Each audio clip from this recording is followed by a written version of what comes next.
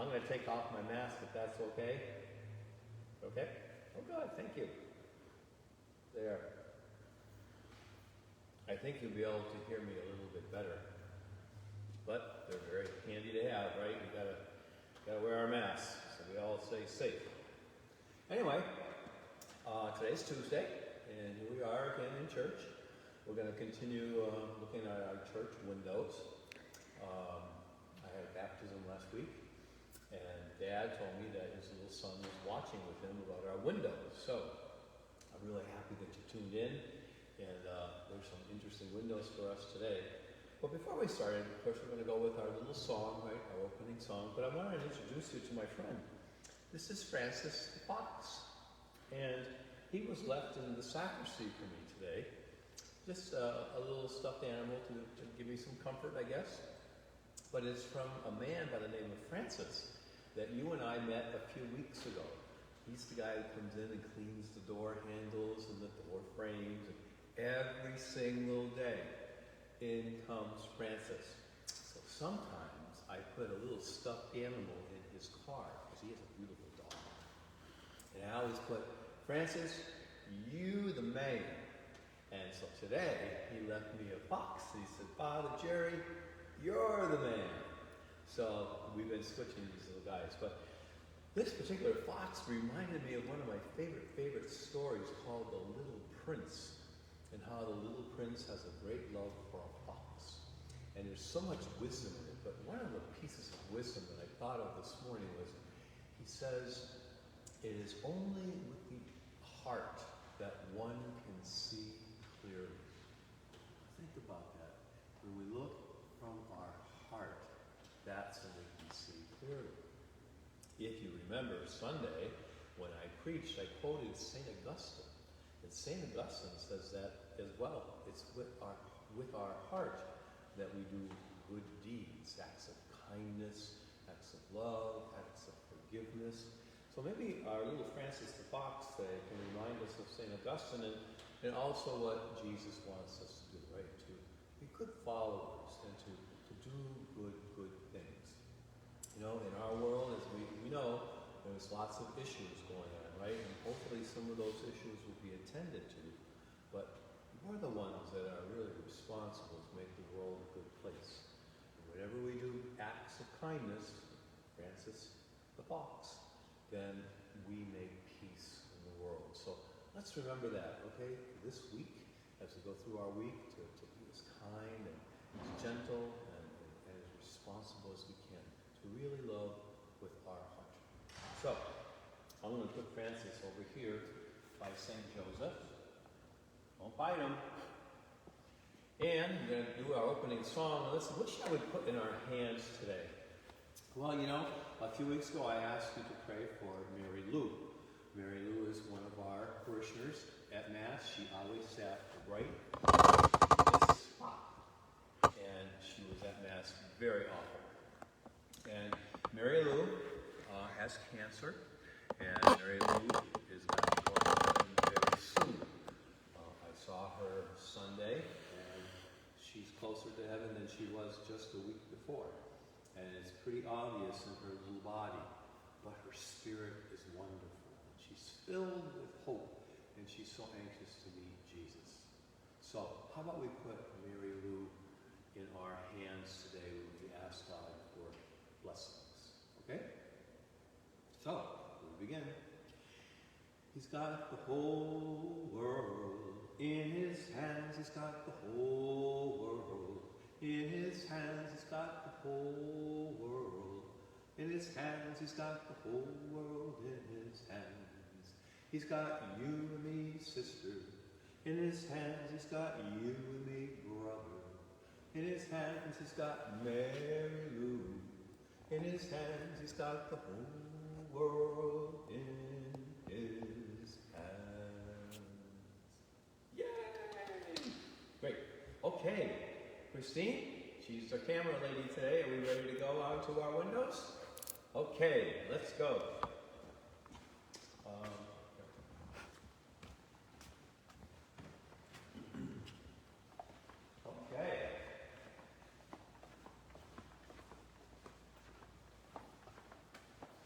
That's where we ended off last week, if you remember, and it's the story of the wedding feast of Cana.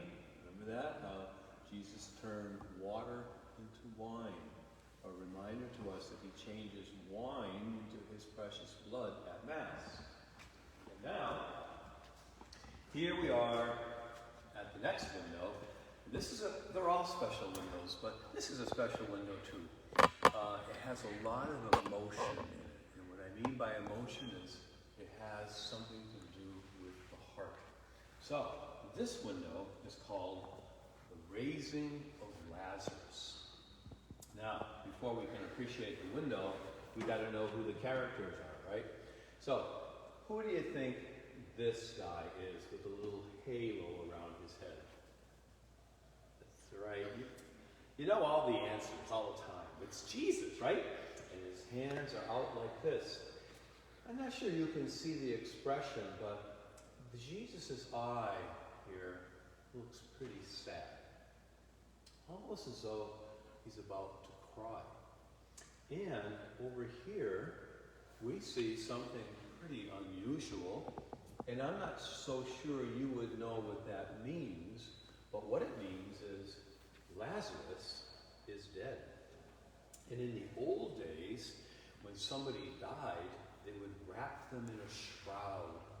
And then soon after they died, they would place them in the tomb, right? Because the body would begin to decompose, so it's got to be placed in the ground or in a tomb somewhere. So Jesus here is looking at Lazarus, who is in the tomb. You can see the tomb around him. And Lazarus is lying there, and Lazarus is dead. For Jesus, that was very sad because Gospels tell us that he loved Lazarus, and he loved his sisters as well. So he was really pretty much family to Jesus. So I guess to appreciate this window, you and I might have to think about anybody that we know that died. Sometimes when we're real young, we don't know anybody who died. But oftentimes, it doesn't take long before we know someone who died, right? We even look at our pets, our cats, our dogs. Remember the time last summer we talked about the pets? Huh? When they die, when we lose our dogs and our cats and our fish, we're sad, right? Because we love them. And so it is with people. You might have lost a grandparent.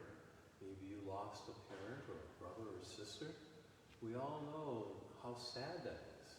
And when I start a funeral, every time I start a funeral, I always say that we recognize that people who gather are sad. And that's okay, because sadness has two parts to it, especially when we lose a person. And the two parts are sadness because we lost that person, but the opposite side, the flip side, is our hope side. That we hope that the person that we're here to cry about and to mourn and to talk about, we hope that that person is in heaven with God. So death then is a sad thing because it's on the earth and we're still walking the earth. But for those who go into heaven, there's a new life. But Jesus is teaching us something here. He's coming to the grave of his friend. And he's teaching us that he is like us in all things. He experiences pain, he experiences sorrow, he experiences hunger, he experiences temptation. All the things that you and I experience, Jesus went through because he was like us in all things but sin. So today, the emotion of sadness is very much with Jesus. But something happens here. Jesus wants to teach a lesson. And so Jesus goes to Lazarus. And Martha says to Jesus, you know, if you were here, he would have died. And she was almost mad at him. And Jesus, I think his heart was probably broken because she wasn't recognizing that Jesus has the power to raise the dead from their graves. That's what he promises all of us and all those who've gone before us. So he proves it today in Lazarus. And he walks up and he says, open that tomb.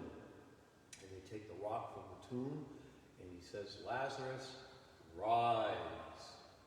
And Lazarus, who had been dead for a few days, starts to move, starts to walk, and takes that wrapping off, and lo and behold, he's very much alive.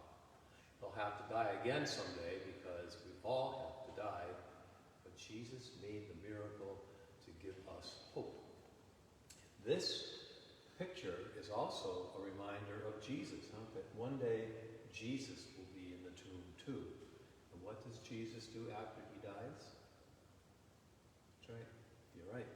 He rises from the dead. Right? So this is kind of what we call a prefiguring of what's going to happen to Jesus. So it's a very sad picture window, but also at the same time it's one of great hope. So we can hope today that all our loved ones given to God are very much alive, and that we'll see them again someday. So it's a nice window to come and see. All right, let's take a look at the next one.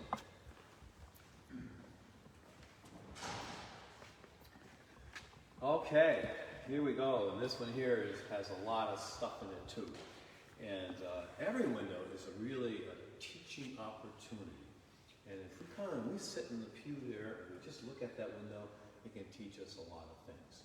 So, at this window, it's called the Sermon on the Mount. And it says, Jesus is seated, surrounded by the multitude. And that's taken from the Gospel of Matthew, which I thought we would just look at that little passage once we start the window. But, again, we've got to look at the people of the window, and what does the window tell us? So, who do you suppose is the character, the biggest character in the window, with the halo around his head? Who do you suppose that could be? Got it. Yes, it's Jesus, right? Once again, we see him. And now he's got a happy face. You know, over there he was a little sad, but now he looks pretty happy. He looks like he's really concerned for these people. And he's happy to tell them that he has something to share with them and something to tell them. And so we have the people, and it says here that he's surrounded by the multitude. So there's lots of people there, all right? These are just a few of the pictures, but look at the looks on their face. Like, holy smokes, who is this guy? Wow, what is he saying? Holy cow, he's interesting, right? So there's a lot of expression on their face because what Jesus is saying is like good news to them.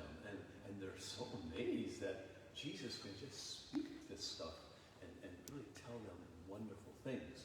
So let's look at the Beatitudes. What is Jesus actually saying to these people?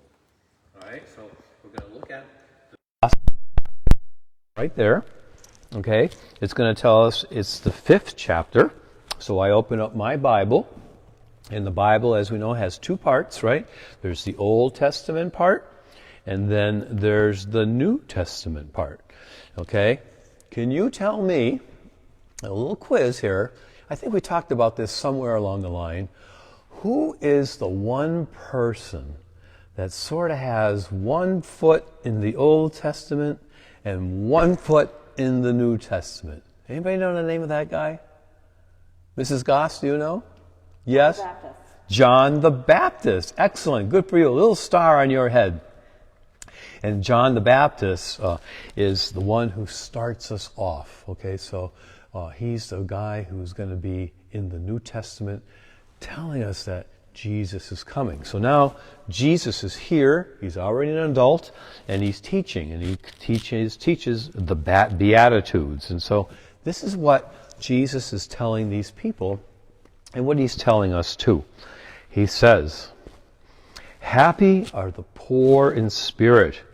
Theirs is the kingdom of heaven. Happy the gentle. They shall see the earth for their heritage. Happy those who mourn.